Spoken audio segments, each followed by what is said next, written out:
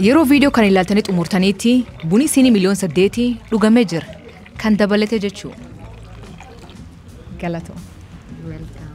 Buni yoo xiqqaatee waggaa 1,000 walakkaaf dhugamaa jira. Uummattoota Itoophiyaa hundi biraatti buni iddoo guddaa qaba. Hawaasni bunaan hariiroo jabeeffata. Buni yoo danfisan ijoollee erganii olla itti yaaman. Achirraatti naga wal gaafatanii walii yaafatanii ebil maal ta'ee bun dhufu dhiisee jedhanii wal qoratu. Yoo bun dhuganii kaanii bunaaf naga hin dhabinaa jedhu. Buni garuu eessa dhufi? Maddii bunaa biqiltuu koofii arabika jedhamu kan Itoophiyaatti argamirraa. Akka seenan tokkimuutti jaarraa saglaffaa keessaa tiksituurree kaaldi jedhamu reen isaa bun nyaatee burraaqnan inni illee nyaatee jedhan. Galmeen seenaa akka agarsiisutti Sufiyaan Yaman sanyii bunaa kaanii dhugaatii kan uuman. Afoola fi seenaan bunaa kan qofaa miti. Oromoo keessattuu hedduutu jira. Fakkeenyaaf Oromoon Maacaa waa'inaan bunoo jedhamu himu. Ilii bunaayyuu dhiiga lafee fi foon bunoo keessa ba'ee afoola jedhutu jira. Oromoo Boorana biraatti buni mukeebbaati. Bunaan waa qaraarfatan.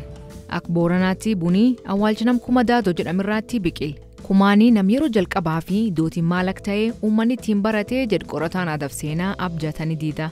Kun kataa'ee eegilmi nama cubboo jennaanii waaqii dur isaa waliin jiraachaa ture irra fagaate. Isaan araar gaafannaan waaqii lafkan irraatti aangoo isanii kennee jira isaan bira fagaadha garuu midhaan eebba isanii biqilchaa jedheen jedhan. Kanaaf buni araar waaqa waan ta'eef Booranii agarraa bun mana hin dhabu.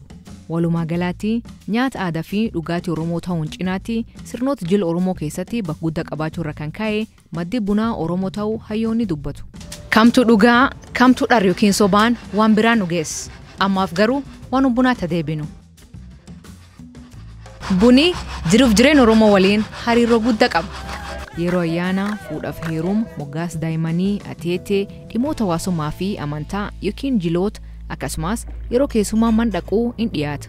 Godin Jimmaatti bun aadaa, bun keen, bun Oromoo, bun gurraacha, bun ganama, bun durii, bun ilm dhalchiisu, bun baggaja guddaa umrii dheeratu, bun obsaa kan hin jarjar jechuu yaaman. Namni hedduun bun danfise dhuga, kaan qalatee nyaata. Buni qalaa garliix Oromiyaa fi Booranaa beekama. Akka aadaa Booranaatti buni midhaan muka ta'ullee seerri isaa seer horii kanaaf qalama. Adoo hin danfisne yookiin hin qallee buni aadaa qaba. Hawaasni Maacaa naannawa Jimmaa jiraatan yeroo waa'ee bunaa sitti himuu lakkoofsa waliin walitti hidhanii dubbatu. Fakkeenyaaf buni manaaf danfuu marroo 3 miicama. Gaaf waaqa kadhachuun yookiin du'aa gochuun jiraatammoo lakkoofsa namoota irratti hundaa'uun marroo 7, 9 yookiin sun olii miicamuu danda'a. Booraniileen akkanuun bun lakkaa'a. Buni lakkoofsa guutuu yoo ta'e itti gammadanii bun duuda kanaa ilkaaniin kutan. Afaan si kunne afaan waan namtu nurra kutii jedhanii eebbifatan. Bun erga afaaniin kutan akaanii dhadhaa itti naqanii bilcheessu. Achiin duuba aananiin tooratanii nyaatan. Biyyoota lixaa keessatti buni akka aadaa qabaachuu baatullee guddoo dhugama. Manneen bunaa Awurooppaa keessatti bakka daldala siyaasaa fi yaada haaraa irraa mari'atan. Filosoofaa Yaageen Habamas adoo bunni jiraachuu baatee sammuun kennaa hin banam turee jedha. Ogeeyyiin falaasamaa kanneen akka Kantii fi Volteeyaa guyyaatti finjal yookiin kookii 72 dhugaa turanii jedhan. Achi barsiis waldaan Kaatolikii addunyaa kanaaf kennitu gaafii keessa galchuu jalqaban. Wanti uumam keessa jiru cuftiinuu hubannoon ibsamuu akka danda'u amananii deebii gar saayinsii barbaadan. Barii qaroomina kuniin guddoo addunyaa jijjiire. Mootota kuffisuu, dimokiraasii guddisuu fi argannoowwan saayinsii hedduutti geesse. Namoonni garii bunii kapitalizimii uumuu fi gargaaree jedhu.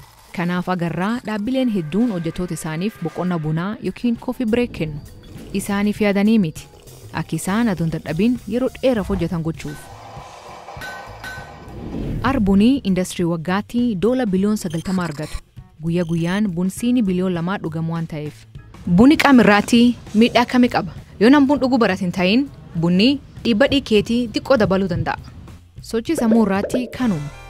Kaafeeniin sammuu si kakkaasee haal dammaqqiinsa keessa turtuu si gargaara. Akka hin beelomne si godha. Kanaaf yeroo dheeraaf hojiirraatti xiyyeeffachuu dandeettu. Kaafeeniin miira kennallee fooyyessuu danda'a. Dadhabbii hir'isee qaamni akkuma horatu taasisa. Kanaaf atileetonni hedduun akka soorataatti fayyadaman. Buni qaama keessan irratti dhiibbaa qabaachuu barbaadan waaree booda irra of qusachuu qabdan jedhu ogeeyyiin. Akka yoo gootanii bunii sangana mitaan dhuddan dhiibbaa guddaa qabaataa jechuun. Hayyoonni Oromooleen kanuma himu. Yuunivarsiitii Jimmaatti barsiisaa fi qorataan aadaa waa'ee bunarraatti qorannoo PhD adeemsisee Dr. Jiraan buni guyyaatti marroo 3 dhugamaa jedha. Buni ganama kan ilnamaa baan ka guyyaa filatamaa miti amalumaaf dhugama ka galgalaa yeroo waarii danfisan kana maatumaa dhuga olla itti yaaman keessattuu abba manaa fi haadha warraa walitti urgeessaa jedhan.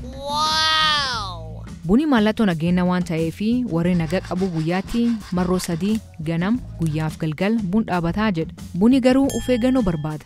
Namoonni fayyataan guyyaatti bun siinii 4 yookiin 5 dhugan gorfamu. Kan caal'unnaanii miidhaa kirriib dhabuu, yaada'uu, naa'uu, dhukkubbi garaa fi mataan qabamuu danda'u. Garmalee bun dhuguun ammoo miidhaa hamtu fida. Garuu yoo sirnaan dhugamee bunni fayyaa namaa fi dansaa. Fakkeenyaa fi dhibee sukkaaraa, dhukkuboonni, gosoota kansarii garii fi dhibee sammuu hir'isuu danda'a jedhu qoratoonni fayyaa. Ammaan duuba yoo bun dhudan waan itti yaaddan hedduu qabdan jedhee abdadha. Viidiyoo kan yoo jaalattan yookiin yoo irraa baratan yaad keessan as jalaa nu barreessaa. Viidiyoo kanaallee qoodaa. Waan biraa hedduu qabna. Akka isin hin dabarree subscribe godhaa. Bunaaf nagaa hin dhabinaa. Nagaatti.